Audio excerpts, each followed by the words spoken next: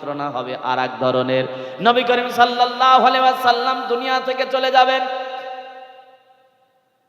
এমন সময় সাহাবীরা চারিদিকে কান্নার রোল পড়ে গেছে। দুনিয়ার জমিন থেকে রাহমাতুল লিল আলামিন চলে যাবে, অসুস্থ হয়ে গেলেন। সালাতুল মাগরিবের পরে কোনো মতো দুইজন সাহাবীর কান্দে চড়ে আল্লাহ রাসূল মসজিদে নববীতে আসলেন।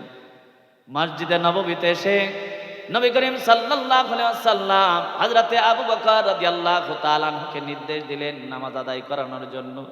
কিন্তু সাহাবীরা এমন ভাবে কান্না করতেছিলেন, হযরতে আবু বকরের তেলাওয়াত আর তাদের কানে যায় না, কান্নার রোল পড়ে গেছে।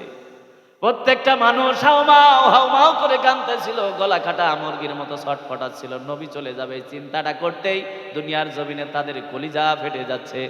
নবী আমার বাড়ি আসলেন, প্রচন্ড জ্বর তার গায়ে আসলো।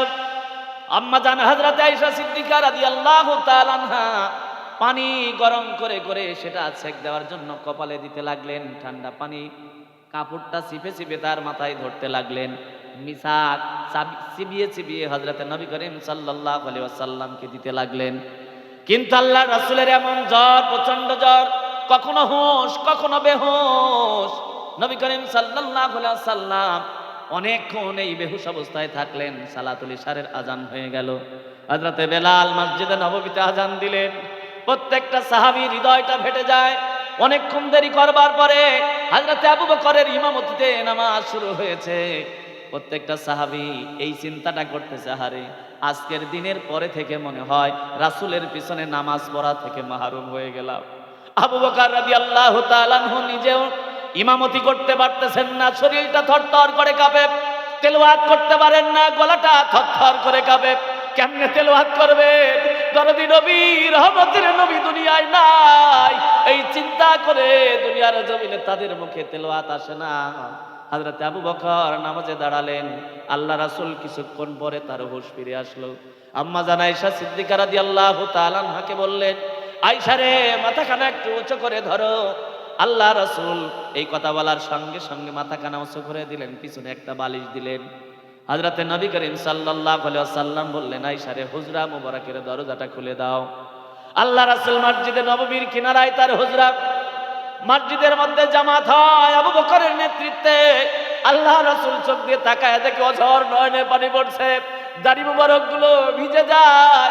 আম্মা জান আয়েশা সিদ্দিকা রাদিয়াল্লাহু তাআলা আনহা ডাক দিয়ে বলেন, নবী গো, আপনি কেন কাঁদেন? আপনার মায়ের কথা মনে পড়েছে কিনা? আপনার বাবার কথা মনে পড়েছে কিনা?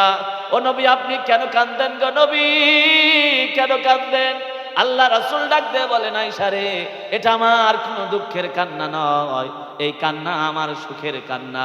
যে জামাতের জন্য, যে নামাজ প্রতিষ্ঠার জন্য তায়েফের ময়দানে কাফেররা আমাকে মেরে রক্তাক্ত করে দিয়েছিল, অজস্র রক্ত আমার তায়েফের ময়দানে ঝরেছে। দুনিয়ার জমিনে যে নামাজ কায়েমের জন্য, দিন প্রতিষ্ঠার জন্য উহুদের ময়দানে আমার দান মোবারক শহীদ হয়েছে রে আয়েশা। আজকে আমি নাই, আমি মনে করেছিলাম আমি যদি দুনিয়া থেকে চলে যাই, দুনিয়ার জমিনে আমার অপূর্ণতা থেকে যাবে, সাহাবীরা গোলমাল করবে, কিন্তু না, আজকে আমি এক ওয়াক্ত নামাজে যেতে পারি নাই। সাহাবীরা ঠিক নেতা নির্বাচন করে নামাজ পড়েছে। আমার বিশ্বাস হয় আমার সাহাবীরা আর কিয়ামত পর্যন্ত তারা বিপদগামী হবে না, ইসলাম টিকে থাকবে। ওয়ালাল আখিরাতু খায়রুল লাকা মিনাল উলা। আমি সার্থক হয়েছি, আমার মিশন সফল। আল্লাহ যদি আমারে ডাক দিয়ে বলে মুহাম্মদ সাল্লাল্লাহু আলাইহি ওয়াসাল্লাম, আমি ডাক দিয়ে বলবো, আল্লাহ আমার অবর্তমানে আমি তাকিয়ে দেখেছি আমি নাই, তারা ইমাম বানিয়ে নিয়ে নামাজ চালায় নিয়েছে। আল্লাহ, এটা প্রতিষ্ঠিত করতে পেরেছি, এটাই সার্থকতা। জোরে বলেন আল্লাহু আকবার। সাহাবীরা নামাজ আদায় করে চলে আসলেন, কেউ বাড়ি যান না। হযরতে আজরাইল আলাইহিস সালাম চলে আসলেন। পৃথিবীতে যত পয়গম্বরের জান কবজ করতে আসছেন, কারো কাছে অনুমতি নেন নাই। আল্লাহ পাক ডাক দিয়ে বললেন, আজরাইল আমার নবীর কাছে যাবে, আমার নবী যদি তোমাকে জান কবজের অনুমতি দেয় তাহলে জানটা কবজ করবে, আর আমার নবী যদি দুনিয়া থেকে না আসতে চায় তাহলে জান কবজ করবে না। খবরদার রে আজরাইল, পারমিশন ছাড়া আমার নবীর কাছে যাবে না। কিন্তু দুনিয়াতে কোনো পয়গম্বরের জান কবজের সময় পারমিশন নেয় নাই। চিল্লায় বলেন না সুবহানাল্লাহ। কেমন নবী আমরা পেয়েছি ভালো করে লক্ষ্য করুন। যে নবীর জান কবজের সময় আজরাইল দুনিয়াতে অনুমতির জন্য ফকিরের মতো ভিক্ষুকের মতো দরজায় দাঁড়ায় ছিল, আমাদের জান কবজের সময় কি অনুমতির দরকার হয়? কথা বলেন। বাজানটা আমার লক্ষ্য করেন, নবী করিম সাল্লাল্লাহু আলাইহি ওয়াসাল্লাম দুনিয়ার জমিনে শেষ সময় তার চলছে, আজরাইল চলে আসলেন। আজরাইল এসে ডাক দিয়ে বলছেন, আসসালাতু ওয়াসসালামু আলাইকা ইয়া রাসূলুল্লাহ, আল্লাহ আমাকে পাঠিয়েছেন গো নবী, অনুমতি দেন যদি ভিতরে আসতে চাই। বলে কেন? বলে জান কবজের জন্য অনুমতি চাই গো নবী। আল্লাহ রাসূল ডাক দিয়ে বললেন, আজরাইল, আমার ভাই জিব্রাইল কি তোমার সঙ্গে আছে গো? আজরাইল বলে না।